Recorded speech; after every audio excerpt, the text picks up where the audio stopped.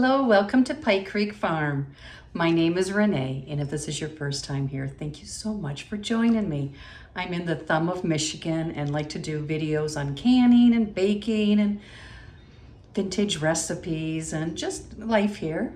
And today, well, I'm in the middle of freeing my freezers. I have been going through the freezers and using up what's in it. And I found 3 bags of cranberries. And it is just before Thanksgiving and the holidays, and we love cranberry juice. No. And we love the jellied cranberry sauce. And last year for the first time, I made it, and it is so easy. It is so easy, and it's fun to make, and it tastes great. So we're gonna make a triple batch because it takes 4 cups of cranberries, and that's about 1 bag for each batch. And you can multiply this, you can double it. I'm gonna triple it, so it might take a little longer to cook. So 4 bags of cranberries, and they're still frozen, are in here. And I'm following the recipe from the USDA, the National Center for Home Preservation. It's the same as balls, and there's like some variation on ball. Like I made one where you add port wine to it. That's a really good one. But today I'm going to do basic cranberry jelly. Jellied cranberry sauce. So I have 12 cups of cranberries in this pan. And now I need to add 3 cups of water, and we're going to let them start doing the magic. They pop. This is really fun to do with kids if you have little older kids that want to help, because they pop and they're fun and it's simple. This is a really quick project. You can do it in half pints or pints. Wide mouth is the best because then it will slide right out and you'll have that wonderful jar-shaped jelly. I have brought up a 12 ounce jar, so like 3/4 of a pint. And I thought that would be nice too, just in case there's not enough to do just all of these. Each batch makes about 2 pints, but in my experience, it's a little short. So I have pint jars, I have the 12 ounce, and I have half pints. Because when it's just Jim and myself, half pint's perfect for us. We really, I just bring one out and we use it for that meal. The pints are great when we have the family over. So do whatever works best for your family. And the nice thing about it is pints and half pints get processed for the same amount of time. So you can do them all together. So I'm gonna go get 3 cups of water and add that into this pot, and we're gonna turn it on and let them start to cook. I did rinse these. I did rinse these cranberries and sorted through, make sure there was none that looked icky. And now we're gonna add in 3 cups of water. And turn on the heat to just under medium, and let them start to soften and break down and pop, pop, pop, pop.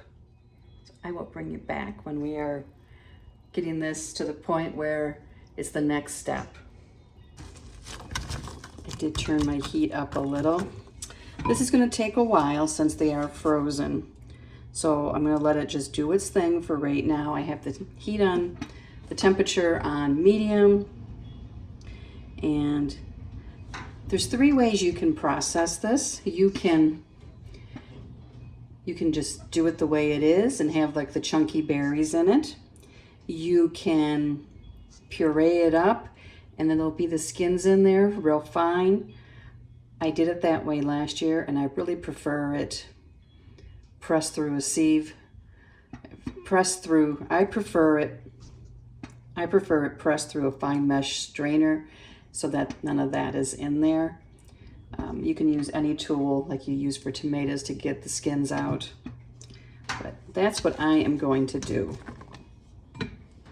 You can also add orange zest if you want. You can make spiced where you add cinnamon to it and cloves. I like just the plain cranberry. So that is what I am doing this time.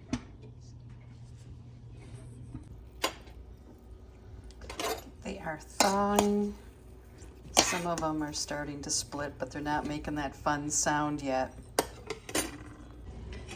Now I like to use cranberry jelly, cranberry sauce throughout the year, not just at Thanksgiving or Christmas. When I serve any poultry, I'll serve it with that. Swedish meatballs, I serve it. So that's where like the small jars for Jim and I come in really handy. On sandwiches, if I'm making like a turkey club or a turkey sandwich, oh, I heard a pop. It's wonderful on it. Making a sub, you know, a turkey sub. My dad lives in Florida and Publix has a sub that he just loves. It's like a Thanksgiving one, it's called, and it has cranberry sauce jelly on it. And it's funny because he would never eat it during Thanksgiving, but he loves that sub. I make sliders and I will have stuffing on them and cranberry sauce and turkey. So I use it for more than just the holidays. I'm going to turn this heat up to a medium high now because we want these to come to a boil and start popping and softening up now that they're all thawed. And they will just split. Those skins, I don't know if you can see, just split.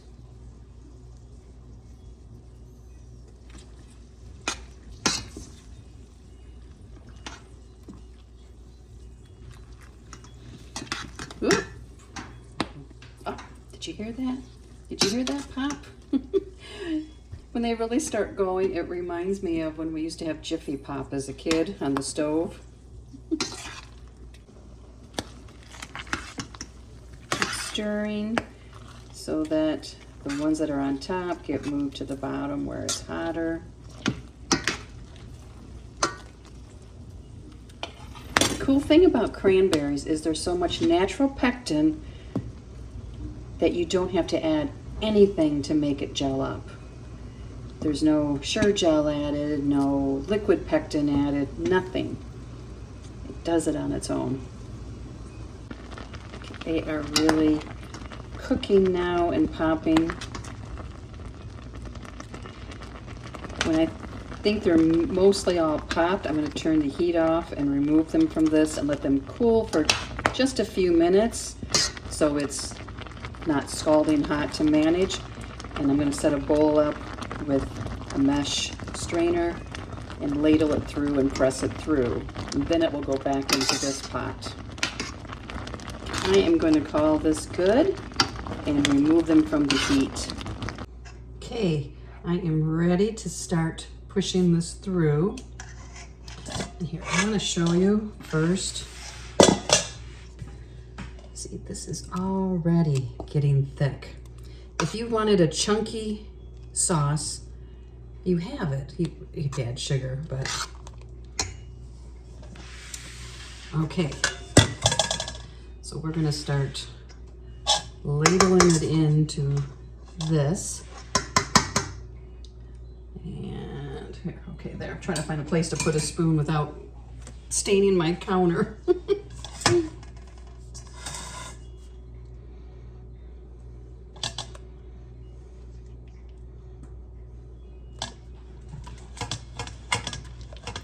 You don't have to do this step. You can just blitz it in a food processor or an immersion blender.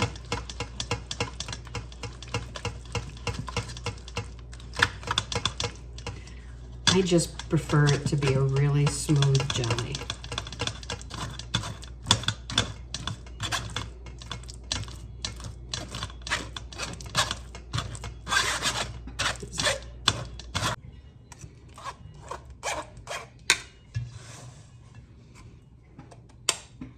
Make sure to scrape the bottom of your strainer to get all of that wonderful juice, pulp, whatever you want.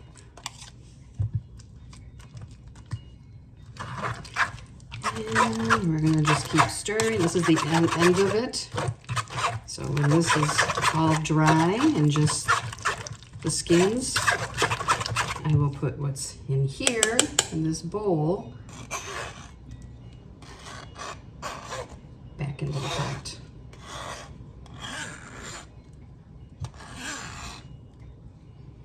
The color is absolutely beautiful. It just amazes me how natural colors are so beautiful in our fruits and vegetables. Here we go. I am going to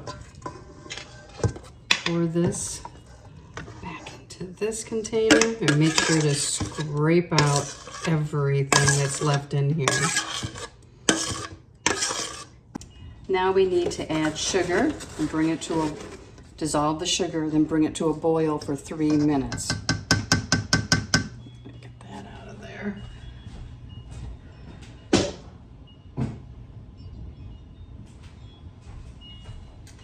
It says for each batch, each batch is 2 cups of sugar. Now the sugar is not for safety, it's for sweetness, and it also helps preserve the color. So I am going to start, I don't think I'm going to need 6 cups. I'm going to start with 4. Let's see if I need to add 1 or 2 more cups. And because I took the seeds and skin out, that's why I'm thinking I might not need the full amount.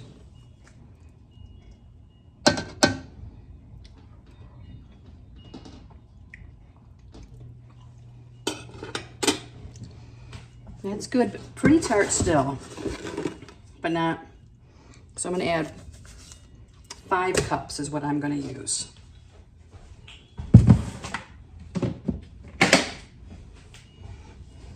I want it to have some pucker to it.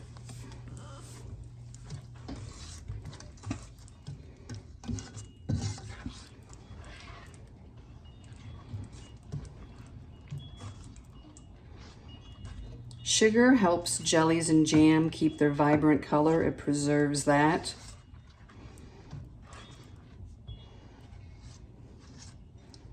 But it's not a safety part of it.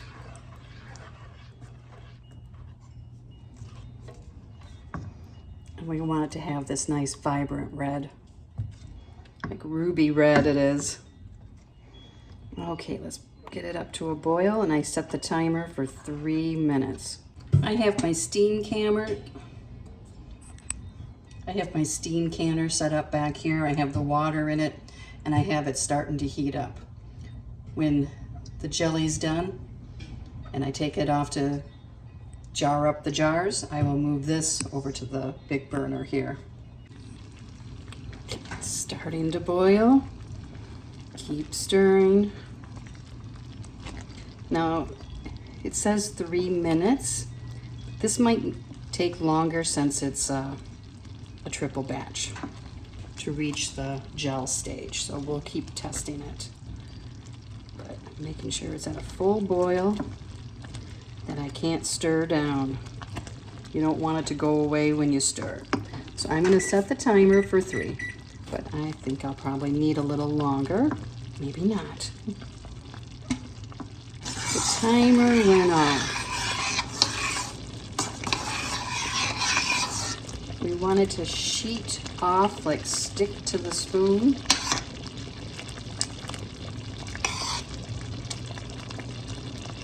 It's sticking.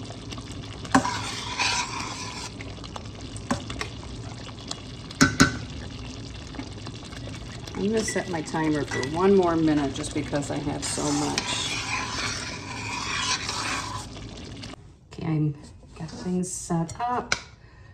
I'm going to put some on a plate. And I should be able to draw through it and that canyon there stays. You know that there is a divide. It doesn't flow right back together. And I think we're good. And you can see on the spoon, it is clinging. I'm gonna start with 2 wide mouth pints.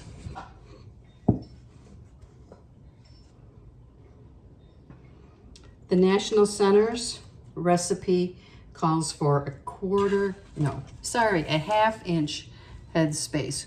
And usually jellies and jams are 1/4. And the ball recipe is 1/4. But the one I'm using is half.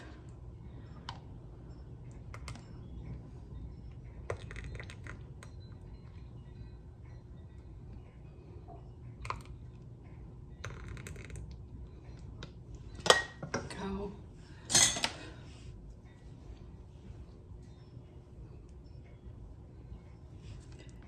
Give it a stir, make sure there's no pockets in there.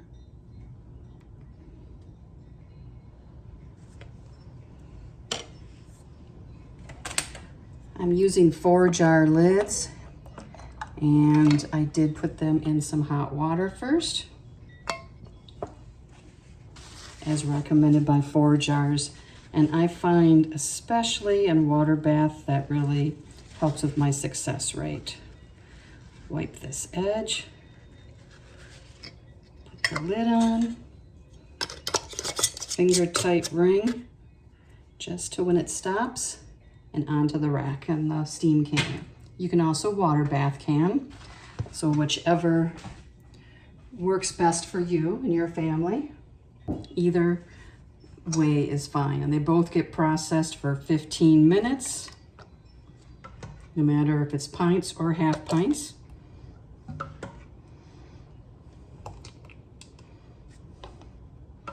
Yeah, I'm definitely not gonna, oop, I slopped. Not gonna get as much as they say. But that's okay. I predicted that.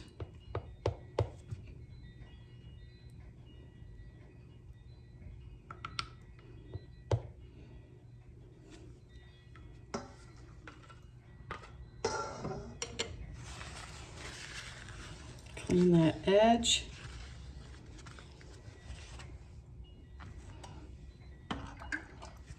Get my lid, my ring. I think I'm gonna try this one next. I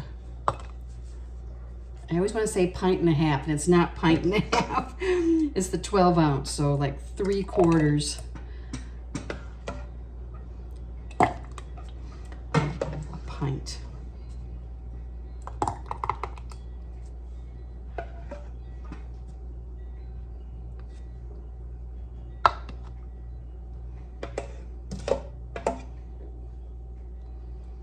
Now is a great time to pick up cranberries. They go on sale. They, if you can't use them all, they freeze amazingly. These were ones that I froze.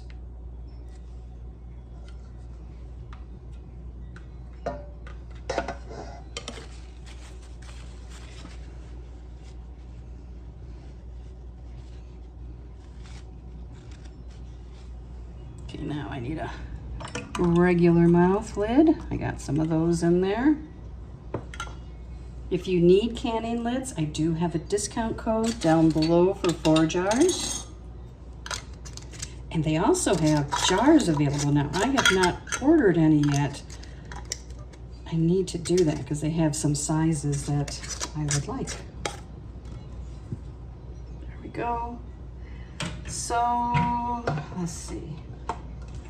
I'm gonna try and fill a 1/2 pint. If it's not enough, it'll go in the fridge.